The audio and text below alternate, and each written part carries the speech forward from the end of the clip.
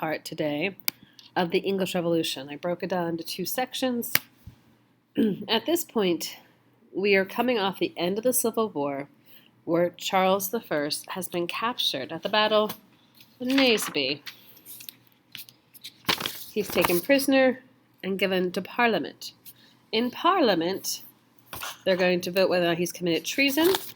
The remaining members of Parliament, you don't have to know they're called their own Parliament, but the remaining members of Parliament are going to find him guilty of treason and have him beheaded. So then we're going to move into the next phase called the Interregnum, the Commonwealth, and the Oliver Cromwell. Sorry, in your paper I put Oliver Cromwell, the Commonwealth, the Interregnum. So Oliver Cromwell is the person you want to you want to associate with this time period. He is a Puritan. He was the leader of the Roundheads. Interregnum, inter means between in Latin, between the kings. So Oliver Cromwell will be the leader between Charles I, who's chopped up, I like to call him Chopped Up Charlie, and Charles II, Good Time Charlie. The Commonwealth refers to a government without a king. The Protectorate, he actually rules kind of like a military dictator, which is an interesting position to be in, but that's where we are with England. So we have a new coat of arms and the flag. So when Cromwell's in charge, a couple of things are going to go on. On your paper, I put down on your lecture note guide, he abolished the government, creates this republic, which is a government without a king. He actually has a constitution for the state called the Instrument of Government. Okay, you will not be tested on that, but he does create a constitution. He's in charge. He's the executive of the state like a president or a prime minister. There is no monarch. The rest of Europe is appalled by not having a monarch here. He is threatened with outside invasion from Scotland and across the aisle a little bit there from Ireland. He ends up getting rid of the Constitution, which is fine, not fine, but that's what he does. He gets rid of the Constitution. He rules very much single-handedly, declaring martial law. Martial law is when you abridge the current laws in times of crisis and you act as you want to and forcefully, typically, for Cromwell. He ends up being actually a military dictator. He was tolerant for different groups with the exception of Catholics. So the Puritans really disliked these Catholics, which is kind of interesting, although you do see him encouraging Jews to return to England, which is a kind of a turn here for events. He will be opposed to any rebellion in the states that threaten him, like Scotland and Ireland. And particularly, he goes after the Irish Catholics, the Irish, because they are Catholic, killing about 40% of all of them in Ireland. On your paper, though, in terms of religion, it's the Puritan religion that gets more important. Rules, he's an exceptional number of rules. He's very strict as a Puritan. No dancing, no game playing, no theater. His lasting contributions will be a strong sense of morality, equality, and pushing education for the people of England. Cromwell dies peacefully in 1658. His son dabbles are kind of taking over, but his son just is not as charismatic, perhaps I'd argue, as Oliver Cromwell. Doesn't have the interest, doesn't have the support of the people. So after his death, England kind of is just there for a period of time in terms of a government and leadership. And then this is going to usher in what I like to call the fourth phase of government. It's called the Restoration Era. Now we look at this word restoration, and if you look at the dates I've given you on your paper in terms of this fourth phase of government, Cromwell's been dead. We're going to restore something. We're going to restore the two things, the king and the church.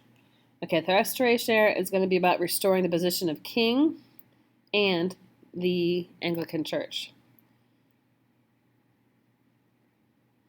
Who gets invited to take the throne? It's actually, we're going to restore the position of king, and who gets invited? Charles II. I like to call him Good Time Charlie, because he is the son of Chopped Up Charlie. Chopped Up Charlie was beheaded.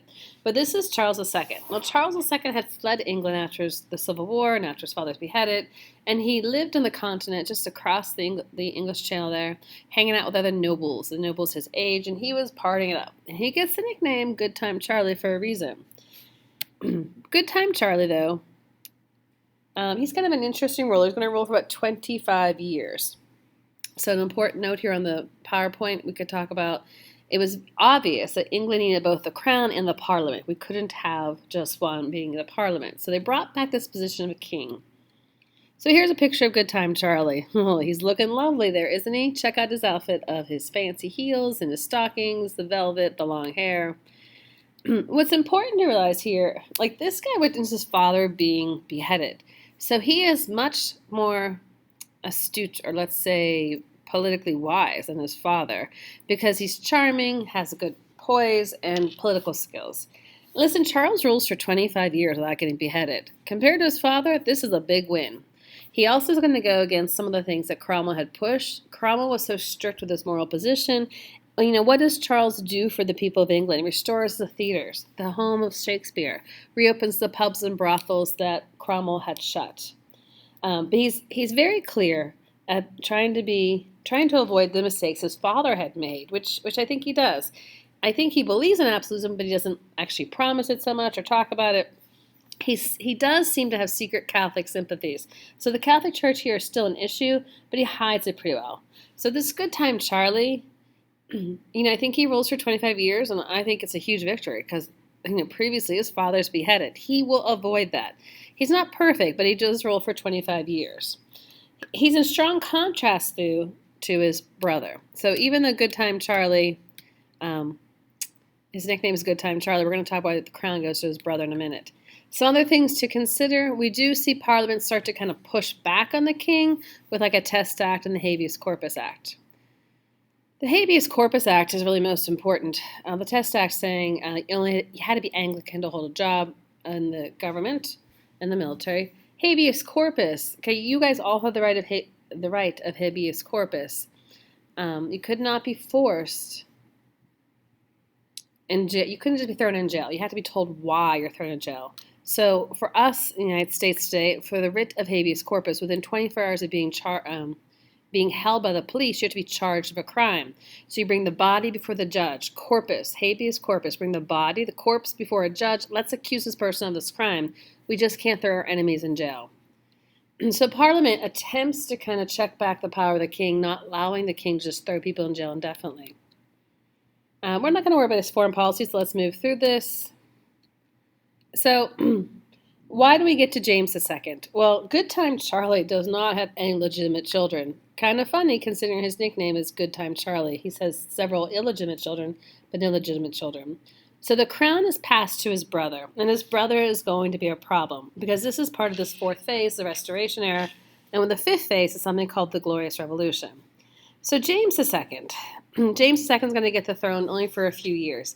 His second wife will be Catholic. He truly is just favoring the Catholics, which is not what the Protestant English people want to say, the Anglicans. He is not as shrewd as working with Parliament, and he's not as able, I think, compromised to work with the Parliament.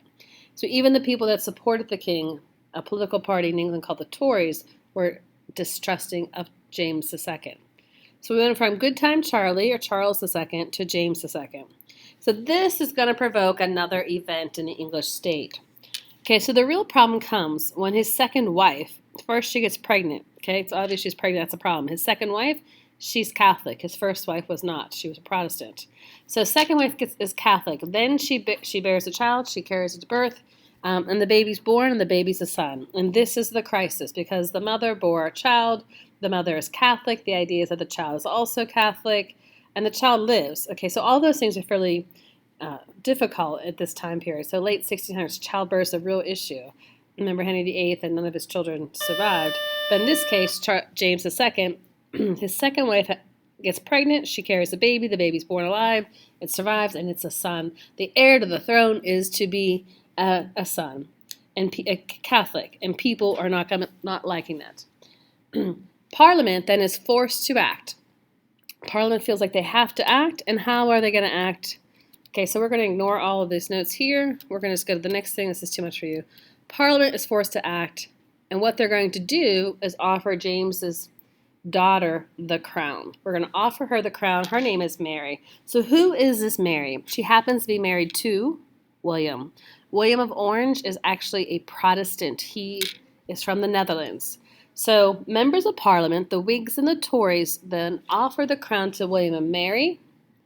William and Mary then accept the crown. James has got a choice. Does he fight this, or does he continue trying to hold on to the crown? James will flee, And so it's called a glorious revolution because there's no bloodshed. Now, William and Mary do not just get the crown. They have to agree to some limitations. They agree to a limited position of monarchy.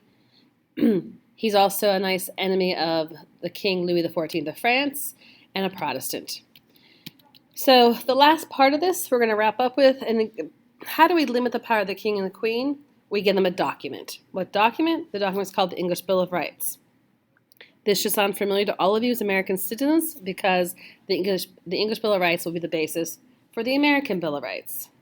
This will settle the issues between the king and the parliament. This is going to then serve as the basis for the government.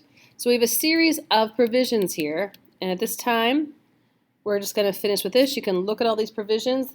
The idea would be with this Bill of Rights is that Parliament has more power than the king. Sessions have to be called regularly. Taxation has to come from the Parliament. We're going to reaffirm the right of petition, and the standing army is not permitted in peacetime.